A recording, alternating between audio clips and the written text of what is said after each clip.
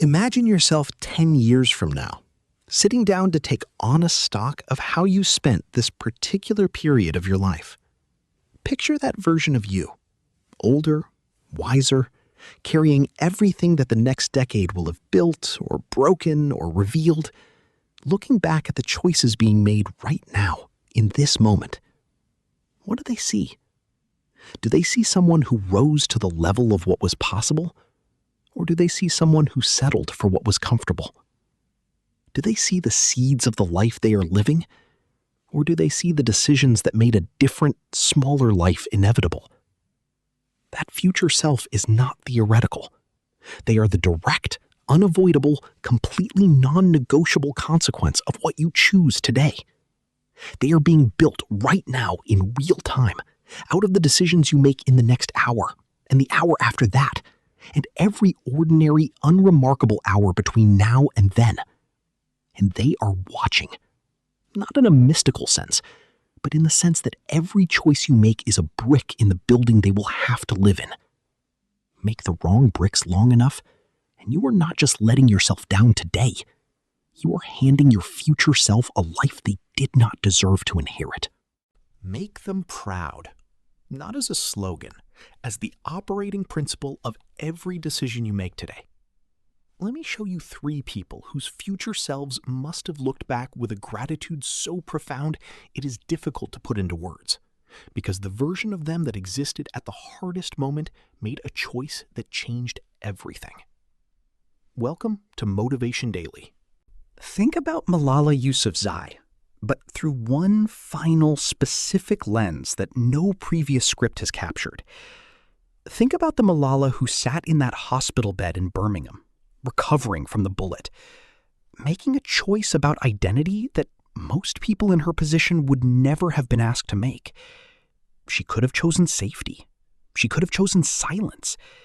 She could have allowed the attack that was designed to erase her voice to succeed, not by agreeing with the ideology behind it, but simply by concluding that the cost of continuing was too high.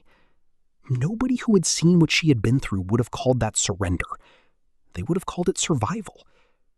But the future Malala, the one who would stand before the United Nations, receive the Nobel Peace Prize, establish a foundation that has helped millions of girls access education, that future Malala needed the present Malala to choose differently, needed her to decide, in a hospital bed far from home, that the voice the bullet tried to silence was going to be louder for having been targeted.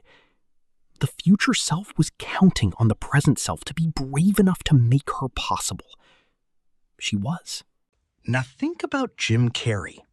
Before the films that made him one of the highest paid entertainers in Hollywood, before Ace Ventura and The Mask and The Truman Show and Eternal Sunshine of the Spotless Mind, there was a teenage Jim Carrey living in a tent in a field in Scarborough, Ontario with his family after his father lost his job and they could no longer afford a home. His father had been an accountant and a musician who had chosen the safe path, the reliable job, over the thing he loved. And the safe path had not been safe at all. The family ended up in the tent anyway. Jim Carrey watched his father make a decision based on security and watched security fail to provide it. And he made a private, personal, completely consequential decision. He was going to pursue the thing he was actually good at, the thing that made him come alive, regardless of how it looked or how uncertain the outcome appeared. He wrote himself a check for $10 million for acting services rendered, dated it 10 years in the future, and kept it in his wallet. He found it after his father died, just before he was paid $10 million for Dumb and Dumber. The future self he had written that check to had been watching. The choices made in the tent, the decision to go all in on the thing he was built for instead of the thing that felt safe, had made that future self possible. And think about Oprah Winfrey, one final time, through a lens that belongs only to the script. Think about Oprah at 9 years old, living with her grandmother in rural Mississippi, in such poverty that she wore dresses made from potato sacks, being teased at school for it. Think about Oprah at 13, sent to live with her father in Nashville, being given the structure and the reading habits and the expectation that she would amount to something, and choosing to believe it when the evidence of her first 13 years gave her every reason not to.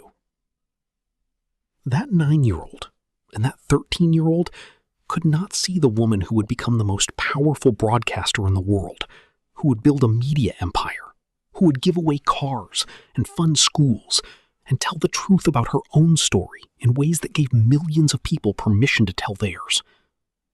But the future Oprah needed the young Oprah to keep believing, needed her not to let the potato sack dress be the final word on what she was worth, needed her to hold on to the possibility that she was more than what her circumstances said. The future self was watching. The young self held on. And everything that came after was built on that holding. Here is what those 3 stories share. And here is the question they put to you directly. When your future self looks back at this moment, this specific, ordinary, completely unremarkable moment in which you are watching this video and making decisions about what to do next, what do they see? Someone who chose the comfortable option when the brave one was available? Someone who deferred the important thing in favor of the urgent one? Someone who played it safe in a way that would not keep them safe, the way Jim Carrey's father's safe path did not keep his family safe? Or do they see someone who made the brick worth laying? Someone who showed up fully for the life they were capable of, rather than the life that required the least from them? Your future self is not a stranger. They are you.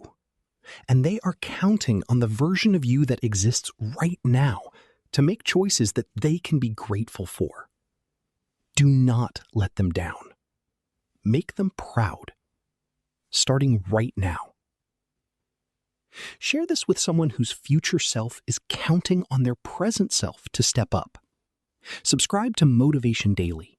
We show up every day so your future self has something to be proud of.